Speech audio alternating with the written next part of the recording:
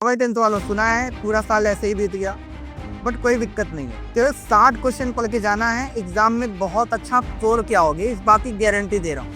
क्योंकि 60 क्वेश्चन मैंने हर एक चैप्टर, आपके 12 चैप्टर हैं, हर एक चैप्टर के 5 most repeated questions, most expected questions और मोस्ट ही इंपॉर्टेंट क्वेश्चन जिसके आने की प्रोबेबिलिटी बहुत ज़्यादा है। हाँ भाई क्लास 10th वालों, ज़्यादा मैं बताऊंगा नहीं। जैसा कि मैंने इंट्रोडक्शन में आप सभी को बता दिया, मैं लेके आया हूँ हर चैप्टर से 5 most repeated, 5 most important, 5 most expected question. अब इसका मतलब 15-15 क्वेश्चन नहीं, आपका क्लास 10th में टोटल 12 चैप्टर है और हर चैप्टर से 5-5 इंपॉर्टेंट मोस्ट एक्सपेक्टेड क्वेश्चन लेके आया हूँ जिसका आने की प्रोबेबिलिटी बहुत हाई है। तो 12 इंटू 5 करेंगे तो हमारे पास 60 क्वेश्चन होते हैं। इस 60 क्वेश्चन में बार बार मैं कह रहा हूँ, इस 60 क्वेश्चंस में 30 क्वेश्चंस तो एटलीस्ट आपके आने तय हैं। तो प्लीज 60 क्वेश्चंस को रट के जाना, ज्यादा नहीं बोलूंगा, मैं इंट्रोडक्शन में आप सभी को बता ही चुका हूँ। स्टार्ट करते हैं। आपके ये 60 क्वेश्चंस है कौन से, ठीक है? तो ये हमारी मोस्ट एक्सपेक्टेड सीरीज है, इसको जरूर देखो और इसको शेयर जरूर करके जाना। इतना तो आप सभी को कसम है कि आप इतना 60 क्वेश्चंस करके जाना, आप सबको, आपके घर वालों की कसम है। चलो, सबसे पहला चैप्टर इसमें से आपका केमिकल रिएक्शन एंड इक्वेशन का, ठीक है? Chemical reaction and its equation का पहला क्वेश्चन आपका क्या होगा? What is a balance chemical equation, ठीक है? Why should chemical equation be balanced, क्यों केमिकल इक्वेशन बैलेंस होनी चाहिए? तो इसका आंसर क्या है? A balance chemical equation have equal number of atoms, ठीक है जी, of each element of both side of the equation. Reactant और प्रोडक्ट में आपको इक्विवेलेंसी हमको चाहिए होती, दैट्स व्हाई हम रिएक्शन को बैलेंस करते हैं, ठीक है? It is balance to obey the law of conservation of mass, ठीक है? ये कीवर्ड्स हैं जो मैं मार्क कर रहा हूँ, ये कीवर्ड्स हैं, ध्यान रखना। बोर्ड्स एग्जामिनेशन कीवर्ड्स पे ही मार्क्स देता है, ठीक है? सेकंड क्वेश्चन है write the balance equation of given following for the burning of magnesium, ठीक है? सिंपल सी क्वेश्चन है, सिंपल सा रिएक्शन है। 2 mg ऑक्सीजन का कंबाइन होगा, 2 MgO बनेगा, ठीक है? थर्ड क्वेश्चन क्या है एक्सपेक्टेड है? Explain oxidation. थर्ड क्वेश्चन क्या है? Explain oxidation and reduction with an example, ठीक है? आप इसको प्यार समझा देना। Oxidation is a gain of oxygen और लॉस ऑफ हाइड्रोजन आपके लेवल पे, ठीक है? और while reduction is the loss of oxygen और गेन ऑफ हाइड्रोजन, उसी का वाइसी वर्सा हो जाएगा, ठीक है? एग्जाम्पल इसका यही CuO का एग्जाम्पल देना। कॉपर ऑक्साइड कार्बन के साथ कंबाइंड हो रही है तो कॉपर और CO2, ठीक है? देखो कॉपर क्या था, CO, यहाँ पहले ऑक्सीजन था, आगे चल के ऑक्सीजन ने कॉपर का साथ छोड़ दिया, मतलब कॉपर का यहाँ पे क्या हो गया, ऑक्सीजन रिमूव हो गया, और ऑक्सीजन का रिमूवल ही कहलाता है रिडक्शन, ठीक है? और यहाँ पे कार्बन अकेले था, बाद में इसको ऑक्सीजन के साथ मिल गया, मतलब इसका हो गया ऑक्सीडेशन, ठीक है? Here CuO is reduce to Cu, कहने का मतलब कॉपर ऑक्साइड यहाँ पे रिड्यूस्ड हो रहा है कॉपर में, और कार्बन जो है ऑक्सीडाइज हो रहा है CO2 में, ठीक है? क्योंकि वो गेन ऑफ ऑक्सीजन कर रहा है। फोर्थ क्वेश्चन है इसमें, define corrosion, write one method to prevent it. याद रखो आपका कोरोजन और रेंसिडिटी में क्वेश्चंस बहुत आते हैं, ठीक है? Corrosion is a gradual destruction of metals bye reacting with moisture, air और केमिकल। सबसे बेस्ट एग्जांपल कोरोजन का होता है रस्टिंग ऑफ आयरन, ठीक है? तो रस्टिंग ऑफ आयरन की भी आपको इक्वेशन नहीं बोलनी है, ठीक है? प्रिवेंशन के लिए हम क्या करते हैं, apply a coat of paint और ग्रीस, और इसी को, और एक प्रोसेस होता है इसको बोलते हैं हम लोग गैल्वेनाइजेशन ऑल्सो, ठीक है? और फिफ्थ आपका क्वेश्चन है draw and label the diagram of electrolysis decomposition of water. ये माइट भी, ये भी आ सकता है कि भैया उसका ड्राइंग से आप बताइए कि इलेक्ट्रोलाइसिस किस तरह से हो रहा है। मतलब यहाँ पे आपको, आपसे एग्जामिनर ये जानना चाहता है कि आपको कैथोड एनोड के बारे में पता है कि नहीं पता है, और कैथोड एनोड होते क्या हैं, और इन पे कौन सा डिपोजिशन होगा किस किस चार्ज का, ठीक है? सेकंड चैप्टर की मैं बात करूं, सेकंड चैप्टर पे आ जाओ तो सेकंड चैप्टर की मैं बात करूं एसिड बेस और सॉल्ट, ठीक है? एसिड बेस एंड सॉल्ट में इंपॉर्टेंट क्वेश्चंस क्या हो जाएंगे? पहला, what is water of crystallisation, ठीक है जी? याद करो हमारे पास कई रिएक्शन थी, मान लो मैं प्लास्टर ऑफ पेरिस की बात करूं या फिर जिप्सम की बात करूं, तो वहाँ पे डॉट हाफ H2O था या फिर डॉट H2O था। याद करो ये डॉट क्या है, ये आपको बताता है कि ये वाटर क्या है, ये वाटर क्रिस्टलाइन फॉर्म में है, ठीक है? इसी को हम बोलते हैं water of crystallisation. Name the compound with its formula that contains the water of crystallisation. Answer क्या लिखोगे आप? Water of crystallisation is a fixed number of water molecule. ऐसा होता है जिसमें वाटर मॉलिक्यूल के फिक्स्ड अमाउंट होते हैं उसी को हम कहते हैं क्रिस्टलाइन कंपाउंड। ठीक है, एग्जांपल हम लेते हैं CuSO4.5H2O जो कि क्या है, copper sulphate pentahydrate. Pentahydrate, penta मतलब 5, पेंटा मतलब 5, हाइड्रेट मतलब वाटर, 5 वाटर के molecules, that's why it known as pentahydrate. ठीक है जी। Second one is explain the process of chloralkali with the chemical equation. ठीक है, इसका आंसर क्या होगा, इसका आंसर क्या होगा, when electricity pass through a brine, याद रखिएगा ब्राइन NaCl को ही हम ब्राइन सोल्यूशन भी कहते हैं। ठीक है, सोडियम क्लोराइड जो कि एक सॉल्ट होता है हमारा, it forms sodium hydroxide, chlorine and hydrogen. ठीक है, तो यहाँ पे इसकी रिएक्शन दे रखी है 2NaCl plus 2H2O gives 2NaOH Cl2 plus H2। याद रखिएगा, बार बार मैं कहता हूँ, ये जो 2 2 2 लगा रखा है ये इक्वेशन को बैलेंस करने के लिए दे रखा है। ठीक है, ताकि आप बैलेंस कर सको। थर्ड क्या है, state the importance of pH in our daily life with one example. हमारी लाइफ में pH का इम्पोर्टेंस क्या है, एक एक एग्जांपल से बताइए। ठीक है, इसका आंसर क्या हो जाएगा इसमें, pH is a crucial role maintaining by the body system, example in our stomach HCl। याद करो, जरा सा लाइफ प्रोसेस को रिवाइज करवा रहा हूँ। HCl किस लिए अपने स्टमक में निकलता है, इसलिए ताकि स्टमक का पूरा एनवायरनमेंट अगर एसिडिक होगा तो पेप्सिन एंजाइम जो होगी वो कन्वर्ट हो जाएगी पेप्सिनोजन में, और पेप्सिन को पेप्सिनोजन में कन्वर्ट होने के लिए किस चीज़ की जरूरत पड़ती है, एसिडिक माहौल की। ताकि पेप्सिनोजन का काम क्या है, प्रोटीन का डाइजेशन। अब जब पेप्सिनोजन बनेगा तभी तो प्रोटीन पचेगी। अब प्रोटीन को पचाने के लिए क्या होगा, पेप्सिन को कन्वर्ट होना पड़ेगा पेप्सिनोजन में, और वो तभी होगा जब ये एसिड का माहौल मिलेगा। ठीक है, helps to digest the food। pH इसका कितना होता है, 1.5 to 2 pH इसका होता है। ठीक है, हाईली कोरोसिव एसिड। फोर्थ क्या होगा, how is baking soda different from washing soda. याद रखना, मैं बार बार कहता हूँ, 3 चीजें, बेकिंग सोडा, एक तो ये बेकिंग सोडा, ठीक है, दूसरा हो गया हमारा वॉशिंग सोडा। ठीक है, बेकिंग सोडा, वॉशिंग सोडा, इन दोनों में बहुत ज़्यादा चांसेस हैं कि बेकिंग सोडा या वॉशिंग सोडा तो दो में से एक तो आएगा ही आएगा। ठीक है, तो प्लीज़ इसको ध्यान रखिएगा आप लोग, बेकिंग सोडा और वॉशिंग सोडा। ठीक है, तो बेकिंग सोडा का फॉर्मूला क्या होगा, NaHCO3, वॉशिंग सोडा का फॉर्मूला क्या होगा, Na2CO3.10H2O। देखो ना, याद आया क्या, अभी मैंने बताया था .10H2O क्या है, वाटर ऑफ क्रिस्टलाइजेशन। ये क्या है, वाटर ऑफ क्रिस्टलाइजेशन, अभी बताया था मैं, water of crystallisation.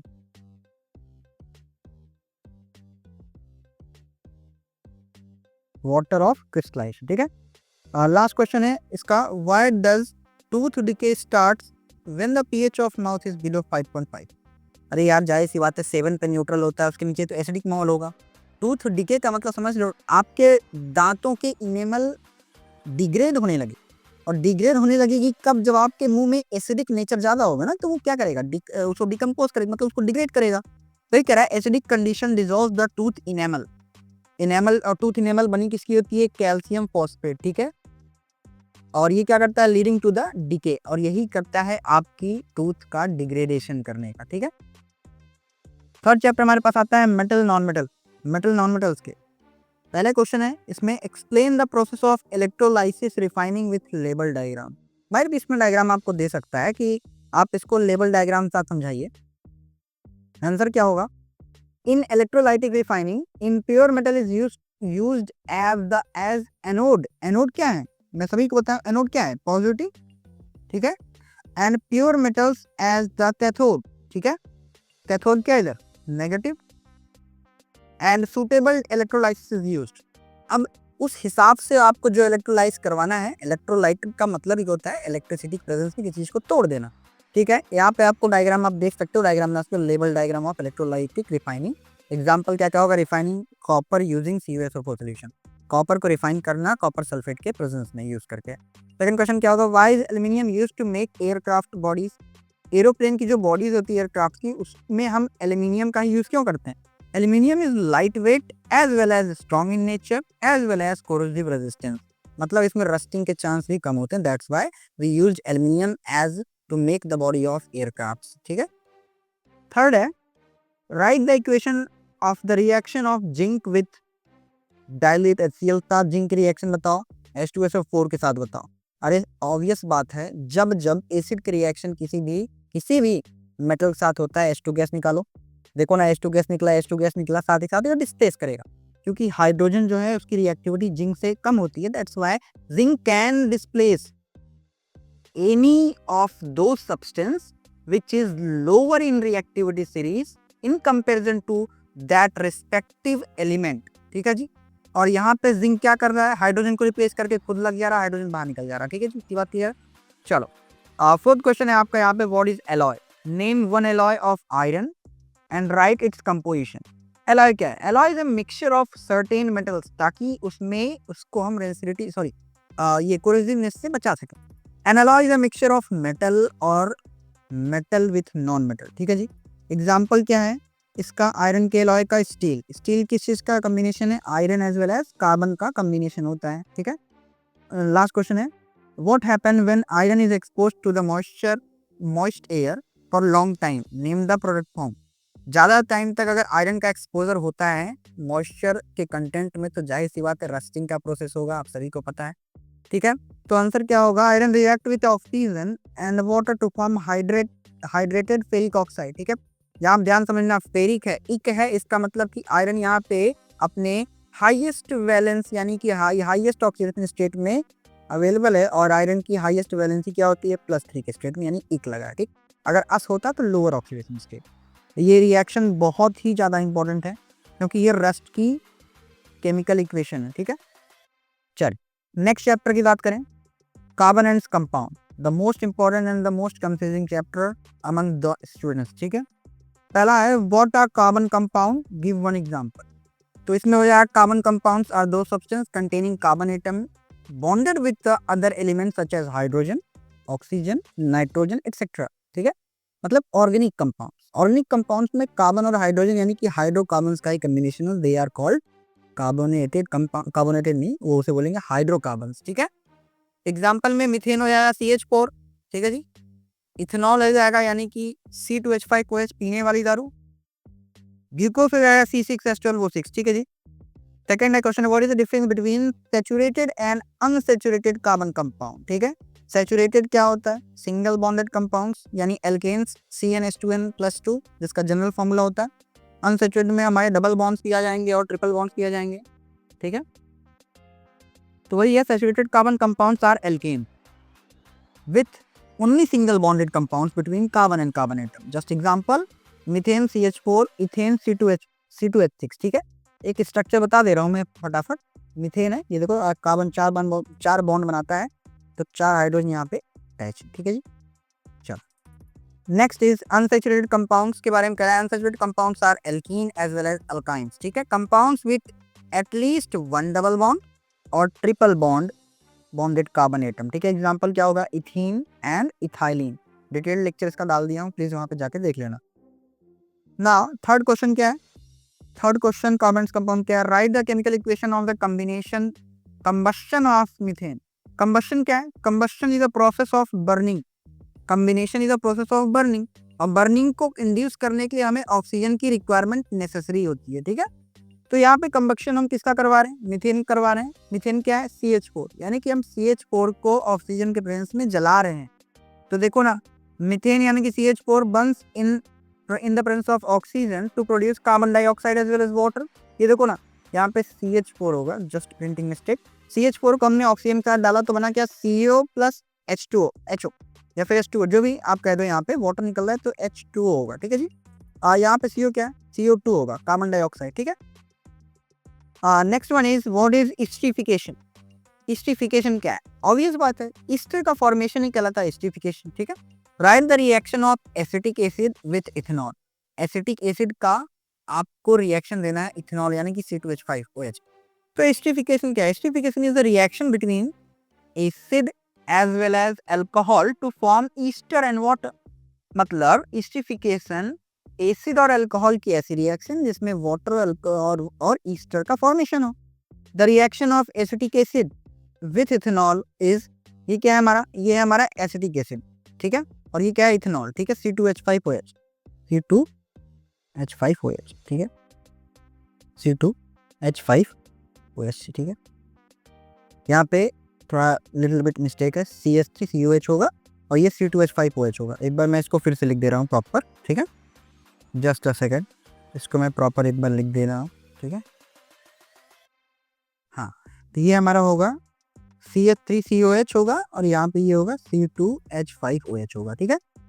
Make it correct, make it as a correction, ठीक है, make it as a correction.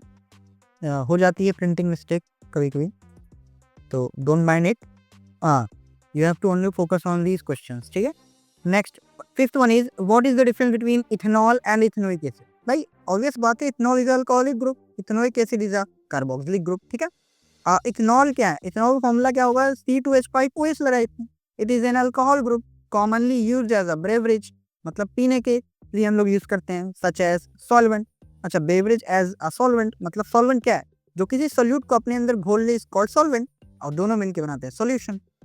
Ethanoic acid क्या है, या इथेनोइक एसिड CH3COH क्या है, इट इज, जरा सी यहाँ पे मिस्टेक हुई मानिए, it is a carboxylic acid. मैं यहाँ पे इसको कंप्लीट कर दे रहा हूँ, it is a carboxylic acid, it is a carboxylic acid, it is a carboxylic acid, it is a carboxylic acid known as acetic acid used in vinegar as well as salt. याद करो, यही जो acetic acid है, हम acid base salt में जब कुछ organic acids, अच्छा माइट भी पॉसिबल कि वहां पे कुछ ऑर्गेनिक एसिड्स भी पूछ सकता है कि एप्पल में कौन सी एसिड पाई जाती है, मैलिक एसिड, विनेगर में एसिटिक एसिड, ठीक है। ऐसे लेमन में सिट्रिक एसिड, और टैमाइन में टार्ट्रिक एसिड, टोमेटो में ऑक्जेलिक एसिड, ये सारी बात। Coming up with next chapter जो कि हमारा लाइफ प्रोसेस होगा, ठीक है। लाइफ प्रोसेस में क्या होगा, draw NEET diagram of human digestive system and label a part. आपको माइट भी डाइजेस्टिव सिस्टम का डायग्राम बनाने को आ सकता है, ठीक है, प्रोबेबिलिटी है क्योंकि रिपीट हुआ है कई बार। तो आपको ड्रॉ करना होगा उस डायग्राम को जो इंक्लूड करेगा माउथ को, यानी बकल कैविटी, ईसोफेगस यानी food pipe, stomach, small intestine, large intestine, rectum as well as anus आपको बनाना पड़ेगा, ठीक है। ये डायग्रामेटिक बेस्ड क्वेश्चन है, not sure but might be available in exam, या फिर it might come in exam, ठीक है। Second one is differentiate between arteries and veins. ये तुम्हारी चांसेस है आने के, ठीक है। मैंने बार बार कहा है, आर्टरीज क्या है, arteries are those vessels which carries the oxygenated blood and veins are those vessels which carries deoxygenated blood. But जब भी इनके नाम के आगे कुछ लग जाए, जैसे कि pulmonary which is related to lungs, तो पल्मोनरी आर्टरी कुछ भी आगे लग गया है तो उसका फंक्शन उल्टा हो जाएगा। जैसे सपोज दैट की आर्टरी का फंक्शन है ऑक्सीजनेटेड ब्लड कैरी करना, बट आर्टरी के आगे लग गया पल्मोनरी आर्टरी, इट मींस कि अब ये डीऑक्सीजनेटेड ब्लड कैरी करेगा, मींस इसका फंक्शन उल्टा हो गया। इसी तरह हम यूज करते हैं रीनल आर्टरी और रीनल वेन में भी ऐसे ही सेम फंक्शन होता है। तो आप इसको पढ़ लेना कि आर्टरी है artery carries blood away from heart, that is oxygenated blood, it has thick walled, it has high pressure, and veins carries blood अच्छा brain carries the ये veins carries the blood to the heart, it means यहाँ पे CO2 blood होगा, मतलब deoxygenated, thin walled होगी, low pressure होगा। Third one is explain the process of transpiration in animal, ठीक है। Transpiration is the loss of water in the form of water vapour from aerial part of plant. Aerial part मतलब कि plant के exposed part, ऊपर की सतह से, mainly through the stomata, ठीक है। Fourth one is why is double circulation necessary in humans. क्यों डबल सर्कुलेशन ह्यूमंस में बहुत जरूरी है? तो आंसर क्या है, prevents the mixing of oxygenated as well as deoxygenated blood, ensuring the efficiency of oxygen transport. भाई अगर दो बार अलग अलग नहीं आएगा तो ऑक्सीजनेटेड और डीऑक्सीजनेटेड मिक्स हो जाएगा, तो मतलब क्या रहेगा छानने का। जब आपने छन्नी चाय पत्ती और छन्नी चाय को दोनों में एक साथ मिक्स करके दिया तो मतलब थोड़ा निकला कुछ छानने का, ठीक है, ताकि एफिशिएंसी बढ़ सके। Last but not the least, अच्छा, write the equation of aerobic respiration. Aerobic respiration आप लिख सकते हो भैया। रेस्पिरेशन मैंने बार बार कहा है, दो तरह के क्वेश्चन बहुत इंपॉर्टेंट है, difference between respiration as well as breathing. तो ब्रीथिंग क्या है, मैं यहाँ पे जरा सा इसको मेंशन कर दे रहा हूँ, ये एडिशनली है, मैं दे रहा हूँ एज अ बोनस, बट यहाँ पे ध्यान से समझिएगा आप, इसमें difference between breathing as well as respiration, ठीक है जी।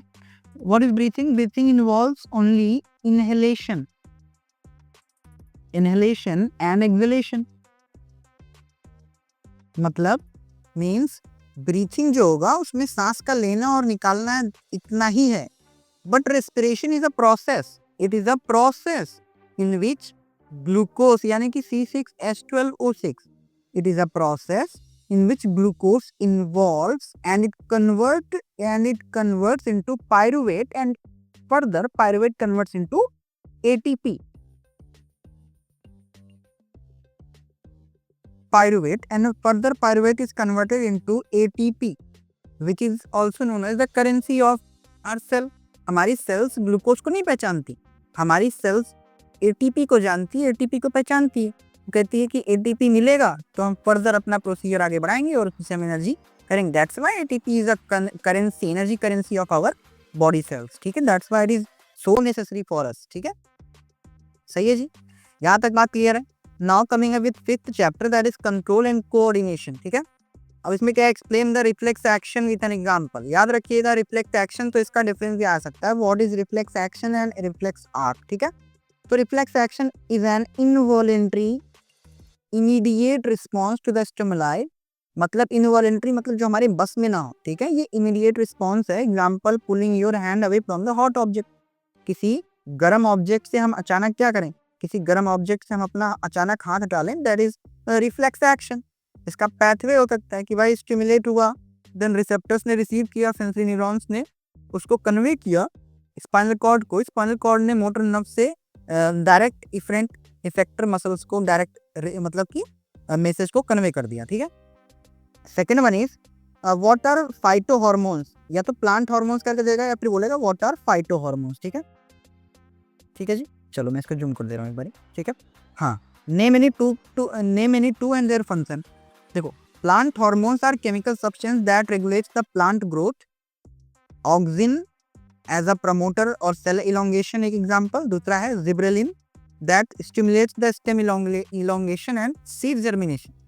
अब दो दिया है, दो मैं और बता दे रहा हूँ. एक होता है हमारा एब्सिसिक एसिड, जो कि क्या करेगा, ब्रेक डाउन करवाता है डोरमेंसी को और प्रमोट करवाता है एब्सिसिक एसिड क्या करता है, प्रमोट करवाता है डोरमेंसी को ताकि रेस्टिंग फेज में चला जाए. ठीक है, ऑक्सिन, जिब्रेलिन. और एक होता है साइटोकाइनिन. साइटोकाइनिन क्या करवाएगा, फर्दर उसको ये प्रमोशन, मतलब कि आपको डोरमेंसी को तोड़वाने में हेल्प करेगा, यानी कि अगेंस्ट मतलब कह सकते हैं एक दूसरे का उल्टा, antagonistic. On difference between voluntary as well as involuntary actions. Voluntary actions are controlled by brain and involuntary actions are controlled by spinal cords under a conscious control, and it is not under a conscious control. मतलब involuntary जो हमारे बस में ही ना हो. Next one is name the part of human brain and mention their function. जैसे कि cerebrum का काम क्या है, controls voluntary action and intelligence. ठीक है जी. Second one is cerebellum that maintains the posture and balance. Next one is medulla oblongata भी कहते हैं. ठीक है, control involuntary actions like breathing. Next one is draw a label diagram of neuron. याद रखिएगा ये one of the diagrams में ये आएगा. And diagram must be includes क्या क्या डेंड्राइट्स आपको शो करना है, axon, cell body, myelin sheath as well as axonic terminal. और अगर कोई बच्चा यहाँ पे सिनेप्टोनियल कॉम्प्लेक्स दिखा देगा, यानी कि सिनेप्स को दिखा देगा, बता देगा लेबल डायग्राम में, तो उसे बोनस मार्क्स भी मिल सकते हैं इन केस अगर उसका डायग्राम कम अच्छा हुआ तो. ठीक है, आई होप आपको यहाँ तक बातें समझ आई बिल्कुल. चलिए नेक्स्ट आगे बढ़ते हैं हम. नेक्स्ट है हमारा how do organisms reproduce chapter. Next है इंपॉर्टेंट पहला क्वेश्चन क्या है इसमें. चलिए फर्स्ट क्वेश्चन इसमें, what is the significance of DNA copying in reproduction. भैया डीएनए कॉपिंग का क्या फायदा है. DNA copying ensure the genetic information passed on a offspring leading to the various necessary for evolution. याद रखना इसमें 50-50% सेक्सुअल रिप्रोडक्शन में मैटरनल, 50% पैटर्नल रिजल्ट मिलता है, जब भी तो वेरिएशन आने के चांस अच्छे होते हैं और यही लीड करता है इवोल्यूशन को, हेल्प करता है आगे फॉर्मेट करने को. Difference between sexual as well as asexual reproduction. Sexual reproduction involves two parents and asexual reproduction doesn't involve two parents. It leads to genetic variation. It produces identical copies, almost identical. Describes the process of binary fission in amoeba with diagram. ये आपको बनाना पड़ेगा. Binary fission involves division of parent cell into two identical daughter cells. Diagram में आपको parent cell दिखाना पड़ेगा, then DNA replication, then cytoplasmic division, और उसके बाद आपको डॉटर सेल्स मतलब यहाँ पे आपको कैरियोगाइनी और साइटोगैमी दिखाना पड़ेगा, ठीक है। कैरियोगैमी कह रहा हूँ, cytokinesis and karyokinesis, sorry. Next question है, what is the function of the following in the human female reproductive system. Human female reproductive system के इनके फंक्शंस पूछ सकते हैं। फंक्शंस, ओवरी के क्या फंक्शन है, फैलोपियन ट्यूब्स के, यूट्रस के। तो ओवरी का फंक्शन क्या है, आंसर इसका देख लेते हैं। Ovary produces eggs as well as hormone, कौन कौन से, oestrogen as well as progesterone.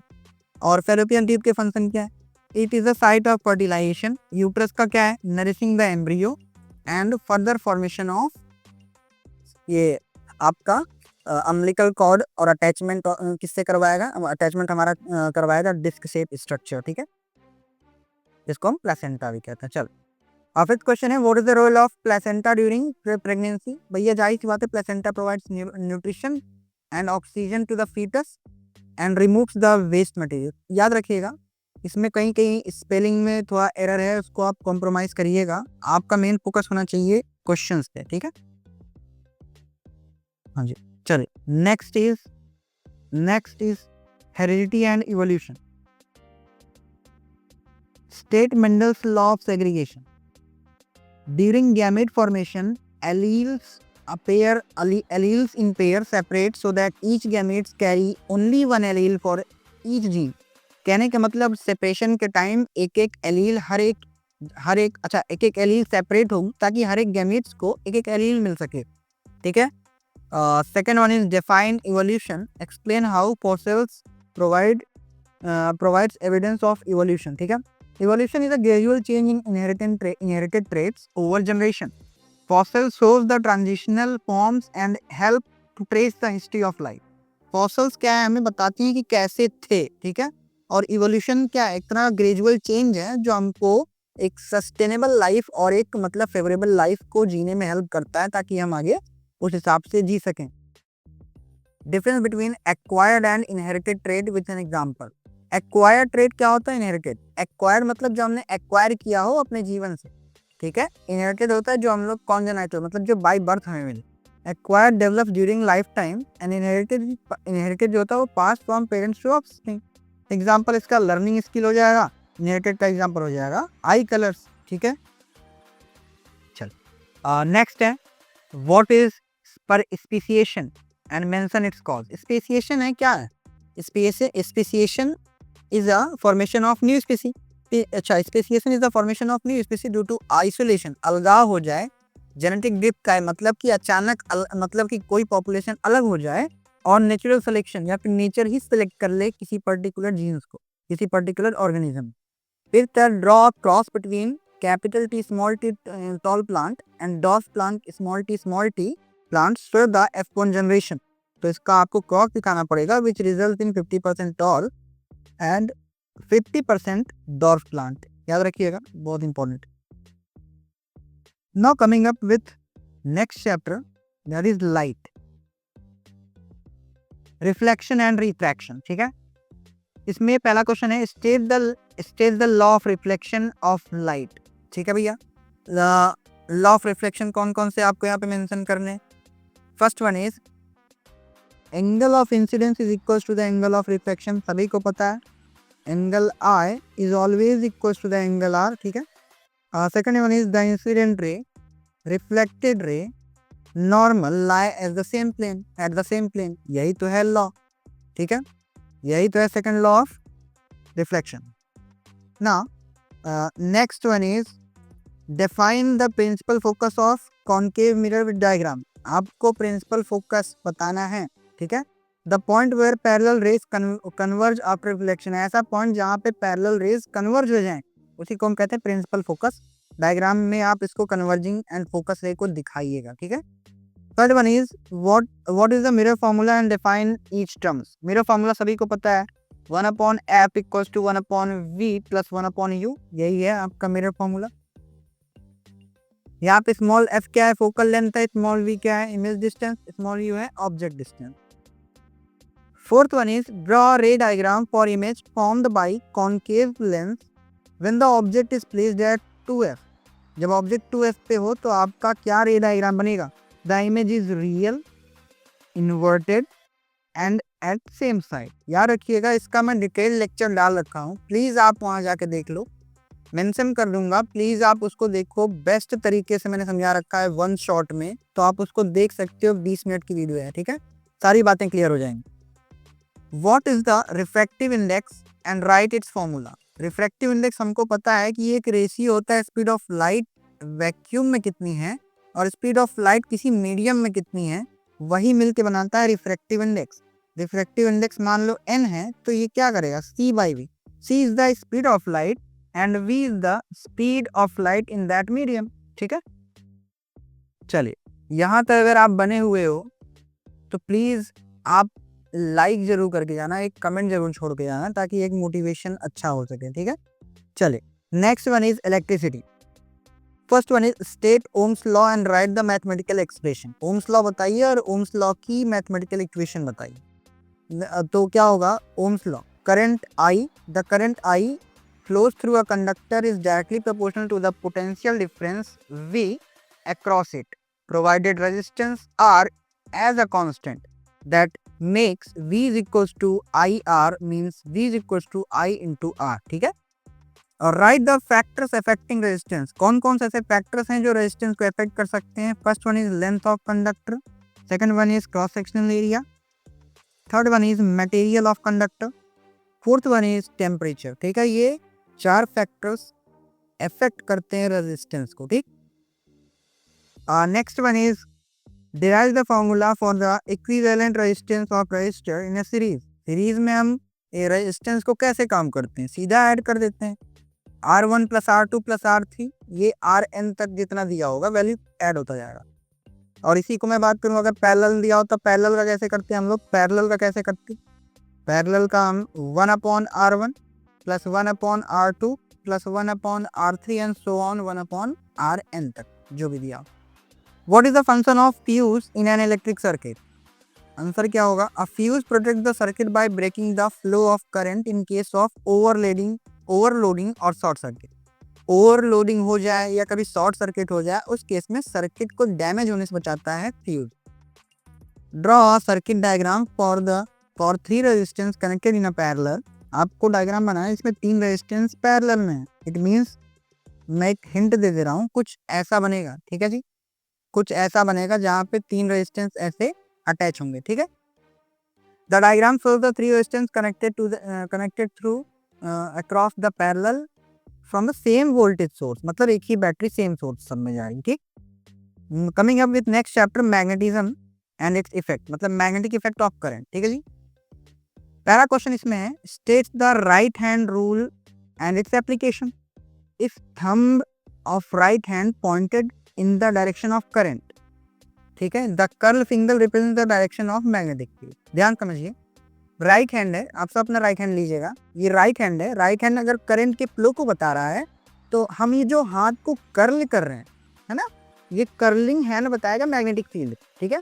मान लीजिए हम करंट ऊपर है और पाम आप जिधर खोल रहे हैं ना, ये पाम बता रहा है इस डायरेक्शन में, ये पाम इस डायरेक्शन में बता रहा है मैग्नेटिक करंट को, सॉरी मैग्नेटिक इफेक्ट को, ठीक है।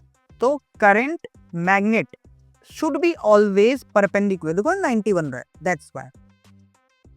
एप्लीकेशन क्या है, to find the direction of magnetic field around the straight current carrying conductor. किसी भी करंट कैरिंग कंडक्टर में हम मैग्नेटिक फील्ड की डायरेक्शन को पता कर सकते हैं।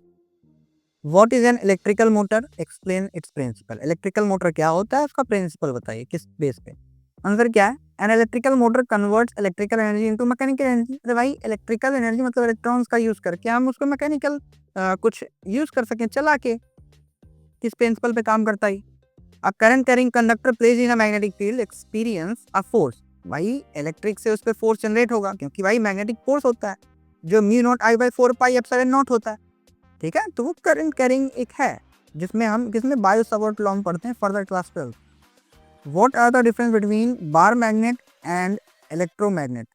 बार मैग्नेट वो परमानेंट मैग्नेट होता है, ठीक है, और इलेक्ट्रोमैग्नेट जो होता है वो टेम्परेरी मैग्नेट होता है। जब तक उसमें करंट का फ्लो होगा तब तक उसकी मैग्नेटिक प्रॉपर्टी बनी रहेगी। करंट के ऑफ होते ही, स्विच का ऑफ होते ही करंट की उसकी प्रॉपर्टी बंद हो जाएगी।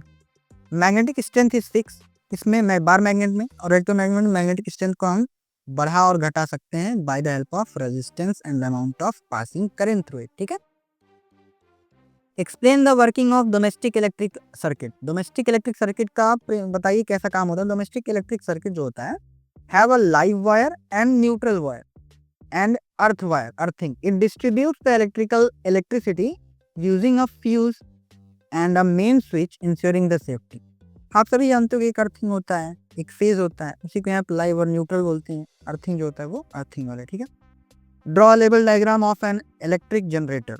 ये माइट भी आ सकता है कई जगह, कई बार रिपीट हुए प्रीवियस ईयर में, इसलिए मैंने इसमें डाला है। ठीक है, the electrical diagram includes field magnet, ammeter, spring rail और ब्रश। जो कि ये क्वेश्चन मुश्किल है आने का। इस क्वेश्चन ये प्रीवियस ईयर में मुझे कई बार दिखा था, इसलिए मैं डाला था। इसकी जगह पे बताएं क्या आ सकता है, इसकी जगह पे आपको आ सकता है डिफाइन एमीटर और voltmeter. Ammeter current measure करने का, voltmeter potential difference across two points के बीच के मास करने को होता है। ठीक है, now coming up with next chapter, that is source of energy. कई लोगों में नहीं है, जिनमें है वो देख लीजिएगा। पहला, what are the characteristics of good source of energy. Characteristics क्या क्या है गुड सोर्स ऑफ एनर्जी के। पहला, हाई कैलोरीफिक वैल्यू हो, ज्यादा एनर्जी मिले, इजी टू एक्सेसिबल, आराम से मिल सके, कॉस्ट इफिशिएंट, तो मतलब ज्यादा महंगा ना हो, इन्वायरमेंटली फ्रेंडली हो, मतलब इन्वायरमेंट को ज्यादा नुकसान ना करे। ठीक है, नेक्स्ट है difference between renewable source of energy and non renewable source of energy. Renewable क्या होगा, जो अनलिमिटेड सप्लाई मिले, और नॉन रिन्यूएबल क्या है, जो लिमिटेड सप्लाई है इसकी। अनलिमिटेड रिन्यूएबल जो है, अनलिमिटेड मतलब जैसे कि सोलर एनर्जी, सूर्य, और नॉन रिन्यूएबल जो मतलब कि अनलिमिटेड ना हो, जो रिन्यू ना हो सके, जैसे कि कोल एनर्जी। ठीक है, तो मैं इसको जूम कर दे रहा हूँ ना।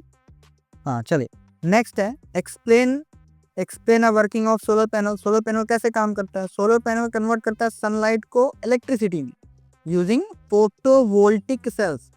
फोटोवोल्टिक सेल्स की मदद से वो क्या करता है, सनलाइट को कन्वर्ट करता है as a electrical energy and made up of, और वो किस चीज का बना होता है, सेमी कंडक्टर से बना होता है, जैसे कि सिलिकॉन्स, कभी कभी थोड़ा बहुत जर्मेनियम का मिक्सचर भी होता है। Next one is what is the advantage and disadvantage of wind energy.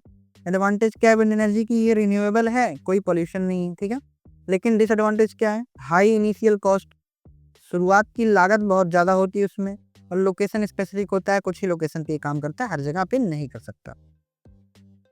Last but not the least, write a short note on biogas. भाई बायोगैस बहुत इंपॉर्टेंट है। Biogas is a mixture of methane, carbon dioxide produced from organic matter in a presence of oxygen.